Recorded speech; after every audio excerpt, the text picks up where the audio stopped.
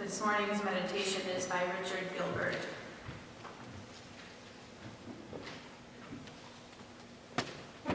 For the sound of bow on string, of breath over reed, of touch on keyboard. For slants of sunlight through windows, for the whisper of wind in my face, for the smooth skin of an apple. For the prickling of my skin when I am deeply moved, for the pounding of my heart when I run, for the peace of soul at day's end, for familiar voices and family rites, for the faces of friends in laughter and in tears, for the tender human arms that hold me, for the flashes of memories that linger, for the mysterious moments that beckon, for the particularity of this instant, for the silence of moonlit nights, for the sound of rain on my roof, of wind in dry leaves, of waves caressing the shore, for the crispness of autumn air, for the faithful turning of the seasons, for angular leafless trees, corn stalks at stiff attention, and brittle plants bristling past their prime, for unharvested gardens, returning plants to enrich the soil, for the sight of familiar faces, the sound of our spoken names, the welcoming embrace of outstretched arms, for the ritual of friendship, reminding us we matter. Thanks be for these. Our first reading this morning is from the book of Genesis in the Hebrew Bible. This is the account of the heavens and the earth when they were created, when God made the earth and the heavens. Now no shrub had yet appeared on the earth, and no plant had yet sprung up, for God had not sent rain on the earth, and there was no one to work the ground. But streams came up from the earth and watered the whole surface of the ground. Then God formed a man from the dust of the ground and breathed into his nostrils the breath of life, and the man became a living being. Now God had planted a garden in the east in Eden, and there he put the man he had formed. God made all kinds of trees grow out of the ground, trees that were pleasing to the eye and good for food. In the middle of the garden were the tree of life and the tree of the knowledge of good and evil. God took the man and put him in the Garden of Eden to work it and to care for it. And God commanded the man, "You are free to eat from any tree in the garden, but you must not eat from the tree of knowledge of good and evil. For when you eat from it, you will certainly die." God said, "It is not good for the man to be alone. I will make a helper suitable for him." Now God had formed out of the ground all the wild animals and all the birds in the sky.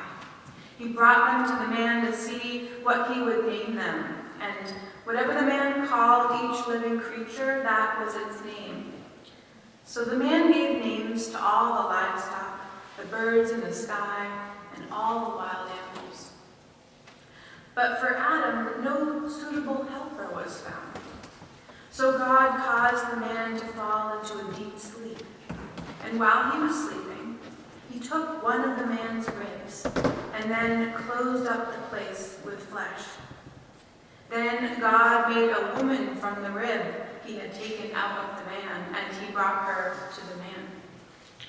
Adam and his wife were both naked, and they felt no shame. Now the serpent was more crafty than any of the wild animals God had made. He said to the woman, "Did God really say you must not not eat from any tree in the garden?" The woman said to the serpent, "We may eat fruit from the trees in the garden, but God did say you must not eat fruit from the tree that is in the middle of the garden, and you must not touch it, or you will die." "You will certainly not die," the serpent said to the woman. "For God knows that when you eat from it, your eyes will be opened, and you will be like God, knowing good and evil." When the woman saw that the fruit of the tree was good for food and pleasing to the eye, and also desirable for gaining wisdom, she took some and ate it. She also gave some to her husband who was with her, and he ate it. Then the eyes of both of them were opened, and they realized they were naked. So they sewed fig leaves together and made coverings for themselves. Then the man and his wife heard the sound of God as he was walking in the garden in the cool of the day, and they hid from God among the trees of the garden. But God called to the man, "Where are you?" He answered, "I heard you in the garden, and I was afraid because I was naked, so I hid." And he said, "Who told you that you were naked?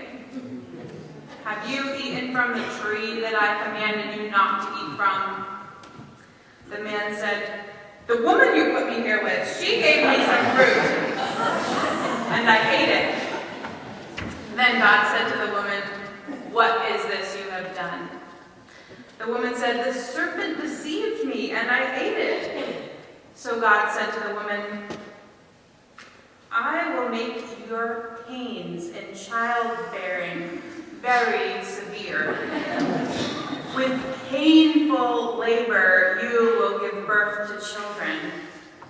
Your desire will be for your husband, and he will rule over you."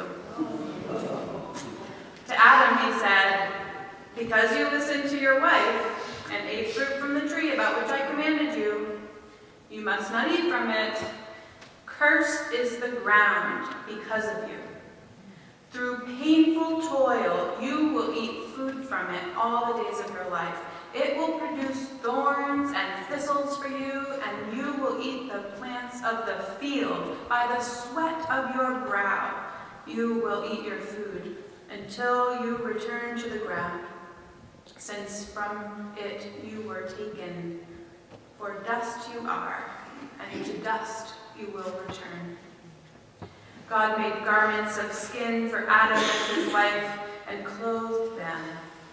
And God said, "The man has now become like one of us, knowing good and evil.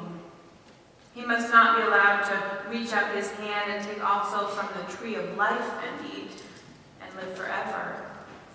So God banished him from the Garden of Eden to work the ground from which he had been taken. The second reading is Sky Woman Falling, from the oral tradition of the original peoples throughout the Great Lakes. In the beginning, there was the sky world. She fell like a maple seed pirouetting on an autumn breeze. A column of light streamed from a hole in the sky world, marking her path where only darkness had been before. It took her a long time to fall. In fear, or maybe hope, she clutched a bundle tightly in her hand. Hurtling downward, she saw only dark water below. But in that emptiness, there were many eyes gazing up at the sudden shaft of light. They saw there a small object, a mere dust mote in the beam. As it grew closer, they could see it was a woman, arms outstretched, long black hair billowing behind as she spiraled toward them. The geese nodded at one another and rose together from the water in a wave of goose music. She felt the beat of their wings as they flew flew beneath to break her fall. Far from the only home she'd ever known, she caught her breath at the warm embrace of soft feathers as they gently carried her downward. And so it began. The geese could not hold the woman above the water for much longer, so they called a council to decide what to do. Resting on their wings, she saw them all gathered: loons, otters, swans, beavers, fish of all kinds. A great turtle floated in their midst and offered his back for her to rest upon. Gratefully, she stepped from the goose wings onto the dome of his shell. The others understood that she needed land for her home and discussed how they might serve her need. The deep divers among them had heard of mud at the bottom of the water and agreed to go find some.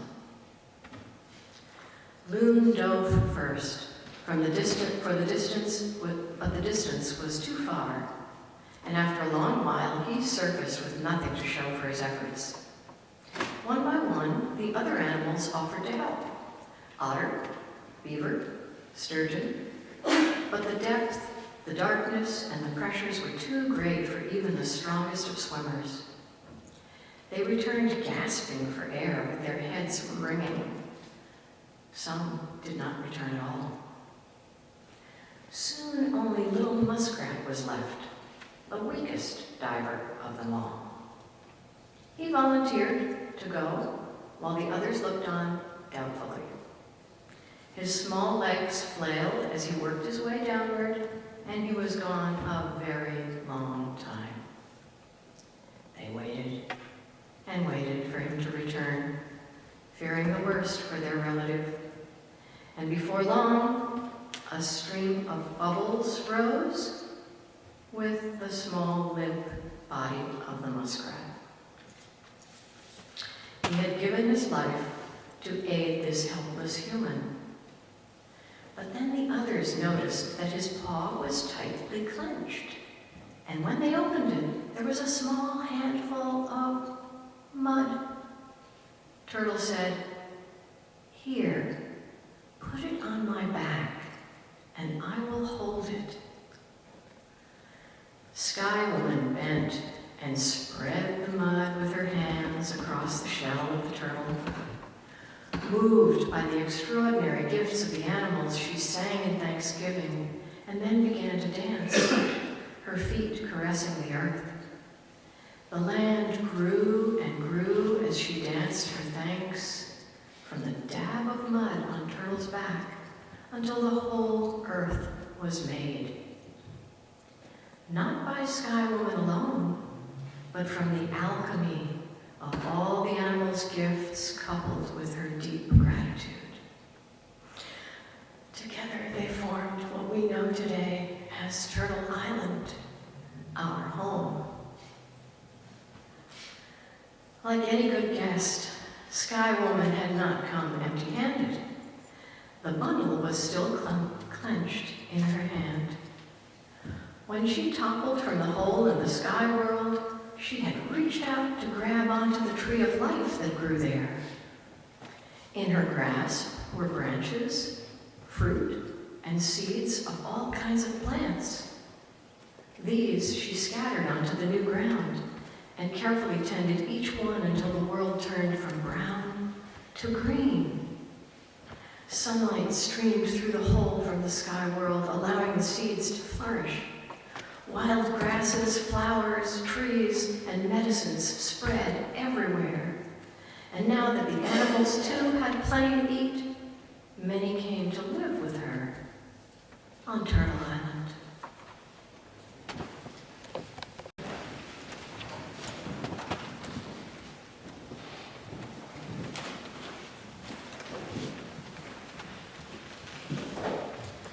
I read a book this week that was so incredibly beautiful and moving and life-changing that all I want to do now is stand up here and read chapters of it to you week after week. Instead, I will devote just one sermon to it, but I don't promise not to quote from it on many future Sundays. The book is Braiding Sweetgrass by Robin Wall Kimmerer. And almost all of what I'm going to say this morning is attributed to her words. Kimmerer is an author, professor, and botanist, and she is an enrolled member of the Citizen Potawatomi Nation. On Mondays, Wednesdays, and Fridays at 9:35 a.m., Professor Kimmerer is usually in a lecture hall at her university, expounding about botany and ecology, trying to explain to her students how Sky Women's Gardens, known by some as global ecosystems, function. One morning, she gave the students in her general ecology class a survey. Among other things, they were asked to rate their understanding of the negative interactions between humans and the environment. Nearly every one of the 200 students said confidently that humans and nature are a bad mix. These were third-year students who had selected a career in environmental protection, so the response was in a way not very surprising. They were all well-schooled in the mechanics of climate change, toxins in the land and water, and the crisis of habitat loss. Later in the survey, they were asked to rate their knowledge of positive interactions between people and land. The median response was none. The professor was stunned. How is it possible that in 20 years of education they cannot think of any beneficial relationships between people and the environment? When they talked about this after class, she realized that her students could not even imagine what beneficial relations between their species and others might look like. How can we begin to move toward ecological and cultural sustainability, she asks, if we cannot even imagine what the path feels like? These students were not raised on the story of Sky Woman. On one side of the world, Kimmerer says, were people whose relationship with the living world was shaped by Sky Woman, who created a garden for the well-being of all. On the other side was another woman with a garden and a tree, but for tasting its fruit, she was banished from the garden, and the gates clanged shut behind her. That mother of men was made to wander in the wilderness and earn her bread by the sweat of her brow, not by filling her mouth with the sweet, juicy fruits that bend the branches low. In order to eat, she was instructed to subdue the wilderness into which she was cast. Robin says, I can only imagine the conversation between Eve and Sky Woman. Sister, you got the short end of the stick. Same species, same earth, different stories. Like creation stories everywhere, cosmologies are a source of identity and orientation to the world. They tell us who we are. We are inevitably shaped by them, no matter how distant they may be from our consciousness.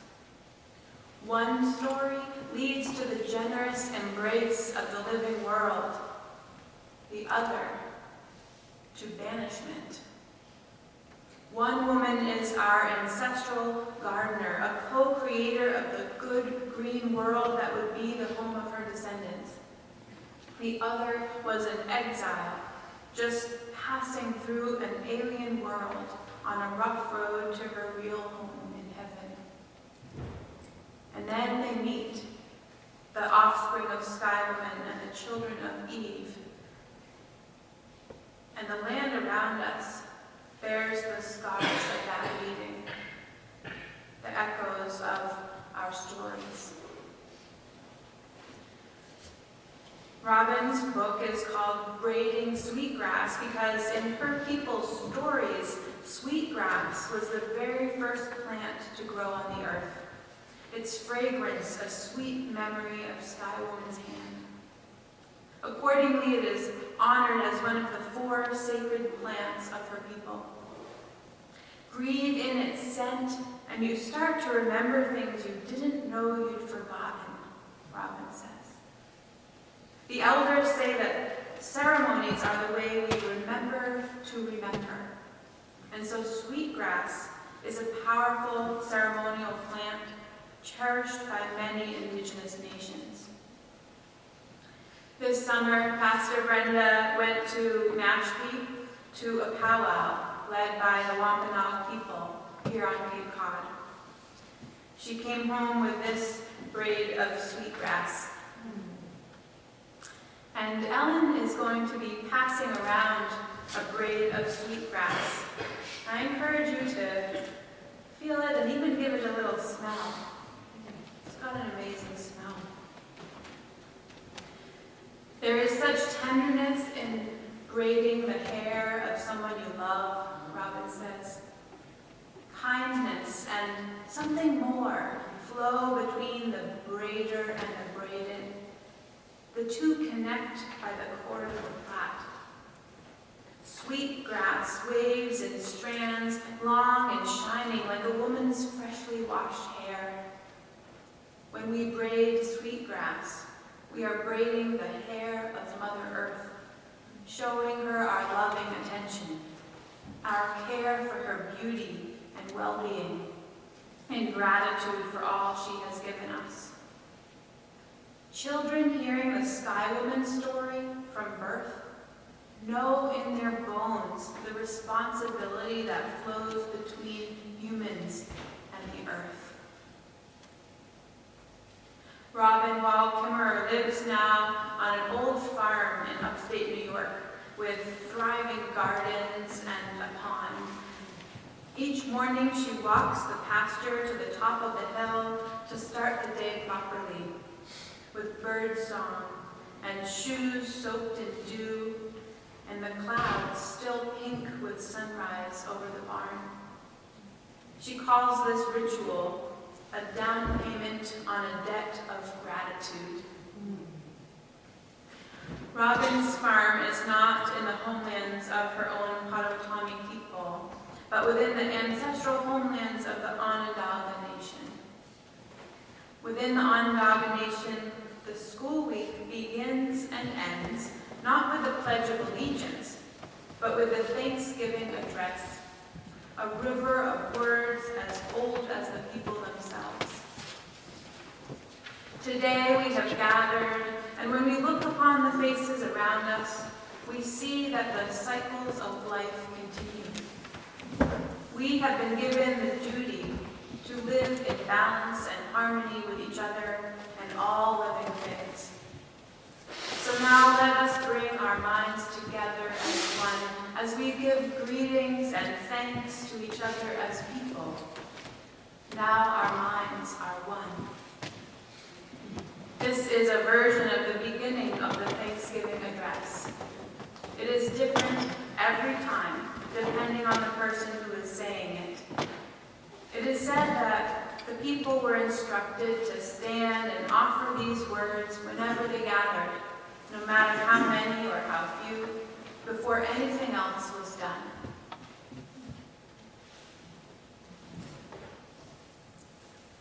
We are thankful to our Mother of the Earth, for she gives us everything we need for life. She supports our feet as we walk about upon her. It gives us joy that she still continues to care for us, just as she has from the beginning of time. To our Mother, we send thanksgiving, love, and respect. Now our minds are one. This address is often thought of as a prayer, but it is not said with heads bowed, but lifted up, looking up or down or around. It is more than a prayer. We give thanks to all of the waters of the world for quenching our thirst, for providing strength and nurturing life for all beings. We know its power in many forms: waterfalls and rain, mists and streams, rivers and oceans, snow and ice. We are grateful that the waters are still here and meeting their responsibility to the rest of creation. Can we agree that water is important to our lives and bring our minds together as one to send greetings and thanks to the water? Now our minds are one. The Thanksgiving address is, at the heart, an invocation of gratitude. But it is also a material, scientific inventory of the natural world. As it goes forward, each element of the ecosystem is named in its turn, along with its function. It is a lesson in native science. We turn our thoughts to all of the fish life in the water. They were instructed to cleanse and purify the water. They also give themselves to us as food. We are grateful that they continue to do their duties, and we send to the fish our greetings and our thanks. Now our minds are one. Now we turn toward the vast fields of plant life. As far as the eye can see, the plants grow, working many wonders. They sustain many life forms. With our minds gathered together, we give thanks and look forward to seeing plant life for many generations to come. Now our minds are one. With one mind, we honor and thank all the food plants we harvest from the garden, who feed the people with such abundance. Since the beginning of time, the grains, vegetables, beans, and fruit have helped the people survive. Many other living things draw strength from them as well. We gather together in our minds all the plant foods and send them a greeting and thanks. Now our minds are one. Now we turn to the medicine herbs of the world. From the beginning, they were instructed to take away sickness. They are always waiting and ready to heal us. We are so happy that they are still among us, those few who remember how to use the plants for healing. With one mind, we send thanksgiving, love, and respect to the medicines and the keepers of the medicines. Now our minds are one. Standing around us, we see all the trees. The earth has many families of trees, who each have their own instructions and uses. Some provide shelter and shade, others fruit and beauty and many useful gifts. The maple is the leader of the trees, to recognize its gift of sugar when the people need it most. Many peoples of the world recognize a tree as a symbol of peace and strength. With one mind, we greet and thank the tree of life. Now our minds are one. We gather our minds together to send our greetings and thanks to all the beautiful animal life of the world who walk about with us. They have many things to teach us as people. We are grateful that they continue to share their lives with us and hope that it will always be so. Let us put our minds together as one and send our thanks to the animals. Now our minds are one. The address is, by its very nature, greetings to all who sustain us long. Part of its power rests in the length of time it takes to send greetings and thanks to so many. Traditionally, the whole gathering joins in on the refrain, "Now our minds are one." So you have to concentrate. You have to give yourself to the listening. It takes effort, especially in a time when we are accustomed to sound bites and immediate gratification. When the long version is done at joint meetings with non-native business or government officials, they often get a little fidgety, Robin says, especially the lawyers. They want to get on with it, their eyes darting around the room, trying hard not to look at their watches. Poor you, she says. What a pity we have so much to be thankful for. We put our minds together as one and thank all the birds who move and fly above our heads. The Creator gave them the gift of beautiful songs. Each morning they greet the day with their songs, reminding us to enjoy and appreciate life. The eagle is chosen to be their leader and to watch over the world. To all the birds, from the smallest to the largest, we send our joyful greetings and thanks. Now our minds are one. Imagine raising children in a culture in which gratitude is the first priority. Each part of creation is thanked in turn for fulfilling its creator-given duty to the others. It reminds you every day that you have enough, more than enough. Everything needed to sustain life is already here. You can't listen to the Thanksgiving address without feeling wealthy. And while expressing gratitude seems innocent enough, it is actually a revolutionary idea. In a consumer society, contentment is a radical proposition. Recognizing abundance rather than scarcity undermines an economy that thrives by creating unmet desires. Gratitude cultivates an ethic of fullness, but the economy needs emptiness. The Thanksgiving address reminds us that we already have everything we need. We now send greetings and thanks to our eldest brother, the sun. Each day without fail, he travels the sky from east to west, bringing the light of a new day. He is the source of all the fires of life.